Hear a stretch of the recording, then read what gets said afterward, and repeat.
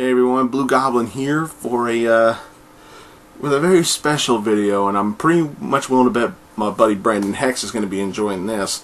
Something I haven't done in quite some time. I don't think I've done this since the Bash last year. This is my WWE WrestleMania 27 pay-per-view review. Now, before I get started, I want to let everybody know I'm not going to do any star ratings. I'm not going to do any scale of 1 to 10. I'm just going to name off the matches, name off what I saw, whether or not I was entertained, what went on in the match, blah blah blah, whether I thought it was good or bad, and then go on to the next match. Okay.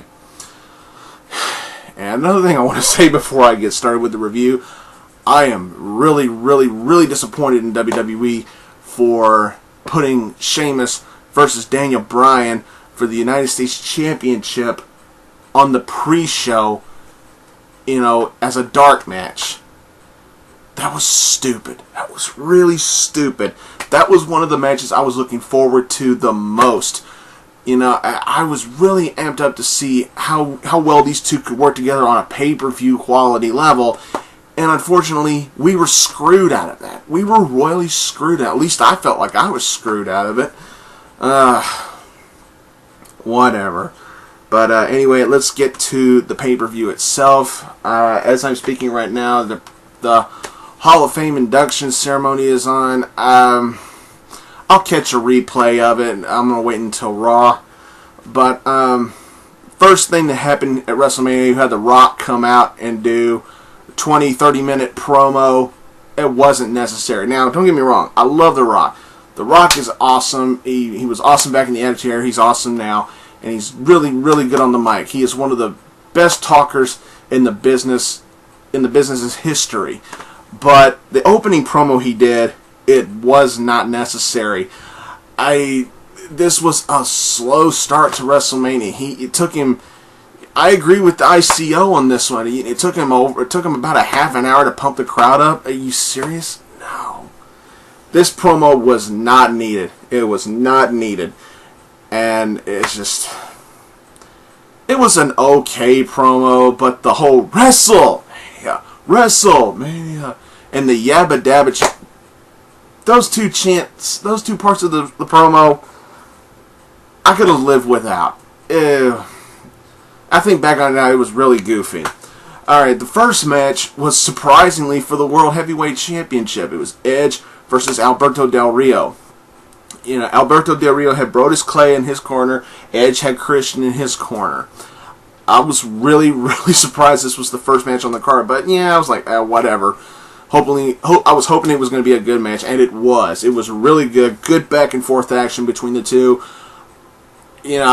Call me crazy. I was rooting for Alberto Del Rio to win this match, because not because of the tremendous push that WWE had given him, but because I actually thought this guy is a great character. He's a hell of a wrestler, and he's one of those guys who uses an old school submission move as his finisher. Not too many people do that anymore, other than Daniel Bryan, aka Bryan Danielson.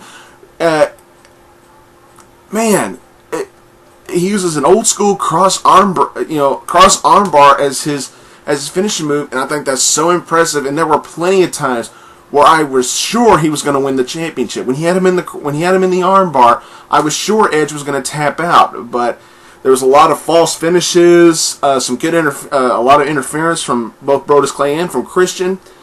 Pardon me. And in the end, it turned out to be Edge retaining the World Heavyweight Championship with the spear on Alberto Del Rio.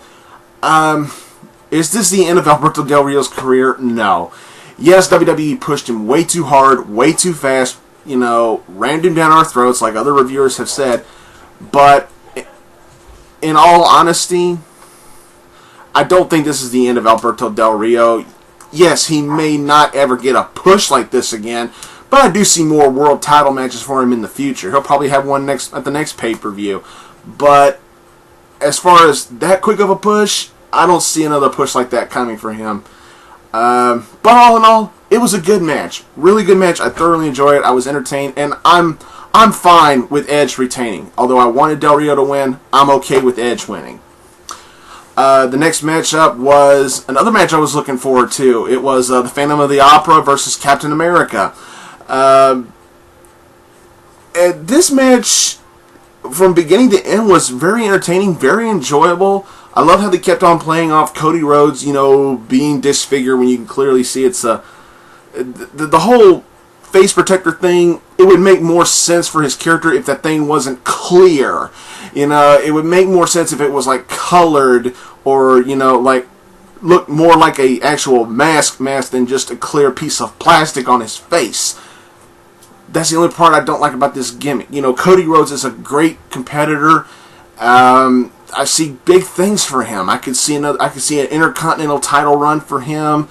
I would like for WWE just once, to give him a try, see if he would be ready for a main event push. Probably by later on near the end of this year.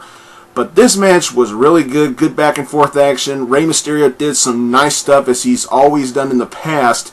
I admit I'm not the biggest fan of Rey Mysterio, but he did do some good stuff. And the move of the match was the superplex that Cody Rhodes hit on Rey Mysterio. Held on to Rey Mysterio off the top turnbuckle, and then finally drug him down, and both men sold that move beautifully.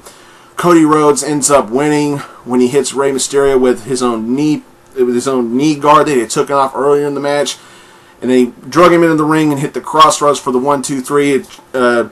Old school heel finish.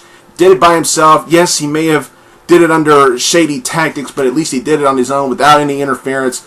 It was heel-wise, it was a clean win, 1-2-3, and your winner is Cody Rhodes. I'm thankful that WWE let Cody Rhodes go over. Rey Mysterio did not need to win this match. He didn't lose any momentum, so good job booking that match the way it was. The third match, let me pause for another second. As far as the backstage segments go, I'm not really going to talk about them because most of them were just pointless. I'll say, it was good to see Rock and Austin face-to-face again backstage. That was the only backstage segment that I actually liked. The Pee Wee Herman shit, the Snoop Dogg ridiculousness, I just didn't get it. And I really hated what they did to William Regal. I mean, William Regal should be wrestling more often. William Regal is one of my favorite wrestlers because he's an actual wrestler and he's so good in the ring, and he's actually good on the mic. So, I want to see some more William Regal. I would love to see a good pay-per-view match between William Regal and Daniel Bryan. Let's see. Yeah, the third match. Yeah, let's see. There was the Core versus Big Show, Kane, Santino Marella, and Kofi Kingston. Yeah, I heard about Vladimir Kozlov being taken out, and Kofi Kingston took his place. First thing I want to say is, why wasn't the Intercontinental title on the line in this pay-per-view? He had to put Wade Barrett in an 8-man tag. There should have been an Intercontinental Championship match between him and Kofi Kingston, and not this 8-man tag, because basically, the Core got buried. They got royally buried in this event. I wouldn't even give this a star rating even if I was giving star ratings. This match sucked. It pissed me off that they buried the Core because, I thought WWE was doing a better job with booking the Core than they are booking the Nexus. But there was only one good thing about this match. There was only one good thing about it. Heath Slater sold Big Show's punch beautifully. I mean, Heath Slater sold that punch probably better than I've seen anybody sell it. He even sold it better than Jericho and sold it better than The Miz did. That was a beautiful sell by Heath Slater. Regardless of that, though, the Core did get buried and Big Show gets the pinfall. Whoop-de-fucking-do. Okay. Oh, yeah. Then the next match on the card was CM Punk versus Randy Orton. Anybody who knows me personally, and y'all know who you are, knows that I am not a fan of Randy Orton. I was really, really wanting CM Punk to win this match. I felt like CM Punk needed to win this match. Don't get me wrong, this was a good match. Orton needs more work on how to sell an injured leg. CM Punk once again did really, really good. I'm just waiting for WWE to allow him to use the Pepsi plunge, but I don't think they'll let him do it. But a lot of good in-ring work. I love the use of the Anaconda Vice in the match. I actually thought that was going to be the end of it, which it was the other gripe I had about this match. This match could have gone on a bit longer. Yes, I know a lot of other reviewers have said that, but I am agreeing with them. The match was a little bit short for what it was, and Orton winning the match just made Orton John Cena 2.0. He's going to be the top baby face of the company, and God forbid that he loses a match. God forbid he loses a match. I'm serious. It's getting repetitive, and it's getting old quick. It's not going to kill Randy Orton to job one match. CM Punk needed to win this match to save any credibility whatsoever for the Nexus. Orton winning this match completely just killed the Nexus again. Nexus has been killed, been buried, tried to came back, been buried. It's just I'm asking all you fans out there, and please answer me, respectfully. What is the condition of the Nexus to you? Can the Nexus be saved, or should WWE just go ahead and just kill it? Because of Randy Orton, and only because of Randy Orton now, the Nexus might as well be dead. And him beating CM Punk was like the final nail in the coffin for the Nexus. And I was a huge fan of the Nexus when they got started about a year ago. I was ready to support the Nexus, but because of bad booking and terrible matches, the Nexus might as well just be dead. It was a good match. There was some good action, some good spots from both guys. I will give credit where credit is due. The RKO to finish the match, it was a sick move, but I did not want Orton to win. It pissed me off that CM Punk had the job. I mean, and what can WWE do with CM Punk now? It's just CM Punk's one of my favorite wrestlers, and he shouldn't have jobbed. He needed to win that match, in my opinion. But hey, what can you do? Then the next match on the card was, ironically, the match that probably got the most hype. It was Michael Cole versus Jerry the King Lawler. Now, I knew this match was going to be shit. I knew it was going to be completely disastrous. I was at a party watching this show, and all the people there were wanting to see Michael Cole get his ass whooped, because WWE did a tremendous job building up this match, building up and hyping it really well. Michael Cole's heel character is just old school heel gold. Yet, yes, they did take it a bit too far on some occasions.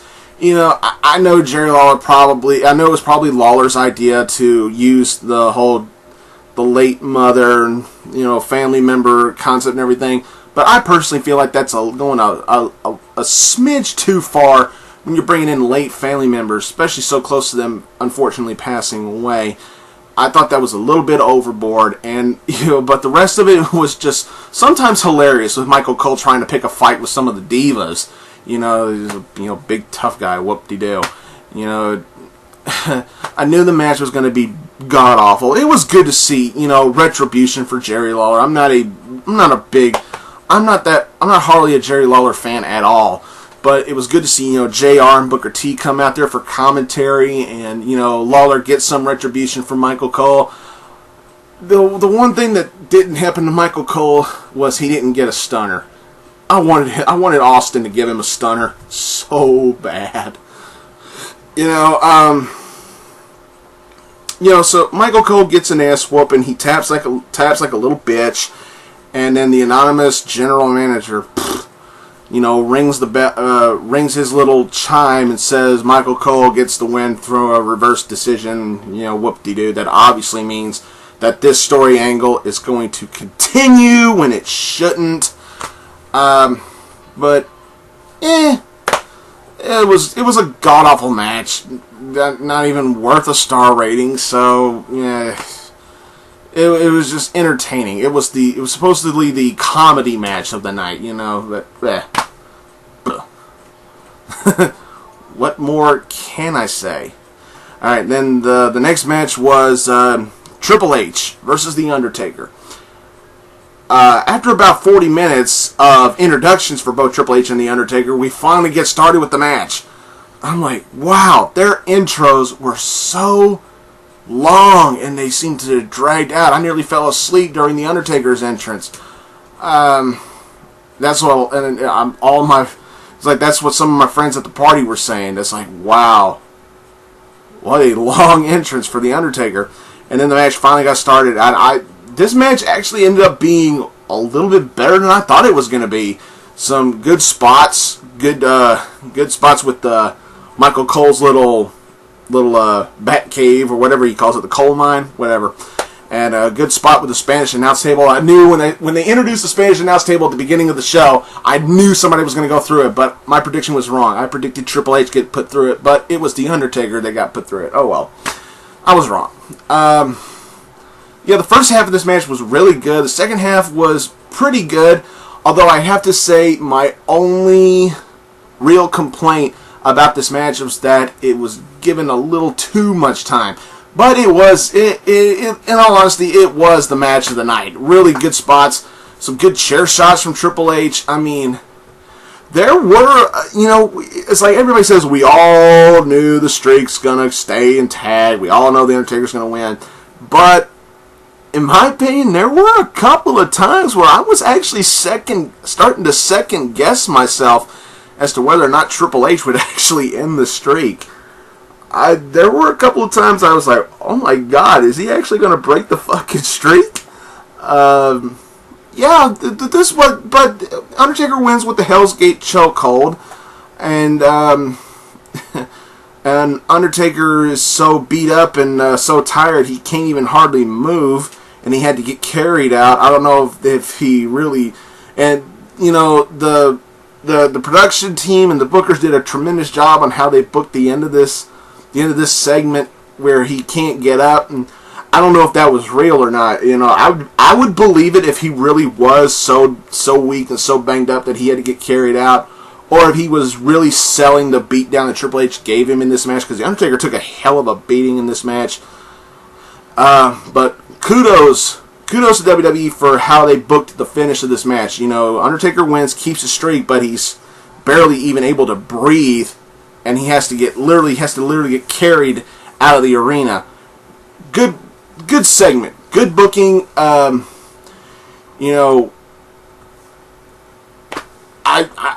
enjoyed it. Wasn't as good as the previous match that he had with Shawn Michaels, but it was easily the best match of the night. But although it was the best match, it did go on a little bit too long. But some really good spots, and I was actually surprised to see a chair shot to the head from Triple H. I could have swore they weren't allowed to do that anymore because of the whole PG rating. Regardless if it's no holds barred or not, I could have swore they said no more headshots with chairs. Okay, then the next match.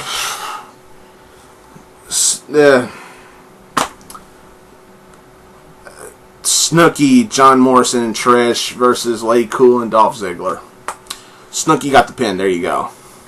Then the main event for the Upside Down Logo Championship. It's the Upside Down Logo Champion, The Miz, with Aladdin Riley in his corner versus the Red Ranger. Now, I loved The Miz's introduction with the video package and him coming out to that big word awesome and everything. Him coming out with Aladdin. That was a good entrance for The Miz. But the Red Ranger's entrance with the choir and everything, that made no sense to me. Yeah, I know The Rock cut a promo about the good Lord and everything a couple weeks ago. I was like, are they playing off of that? Really? I didn't get it. It's like the choir sings for about 15, 20 minutes, and finally the Red Ranger comes out, and he's, saluting and all that bullshit, and he runs to the ring. And they have them, and they officially announce it's time to begin the match for the Upside Down Logo Championship. And the Upside Down Logo Champion starts battling, and the Red Ranger fights back. It's the same moves we see every day. Shoulder block, swing the Miz, turn around, powerbomb, 5-knuckle shuffle, gets ready for the attitude adjustment. Miz kicks out. This match was okay. This match was okay. I am not a John Cena fan. I am not a John Cena fan at all. I was rooting for the Miz to win, but I had a thought in the back of my head that the Miz was going to either retain like a bitch or get beaten like a bitch. But regardless, the Miz got bitched out at WrestleMania. I'm sorry. It's like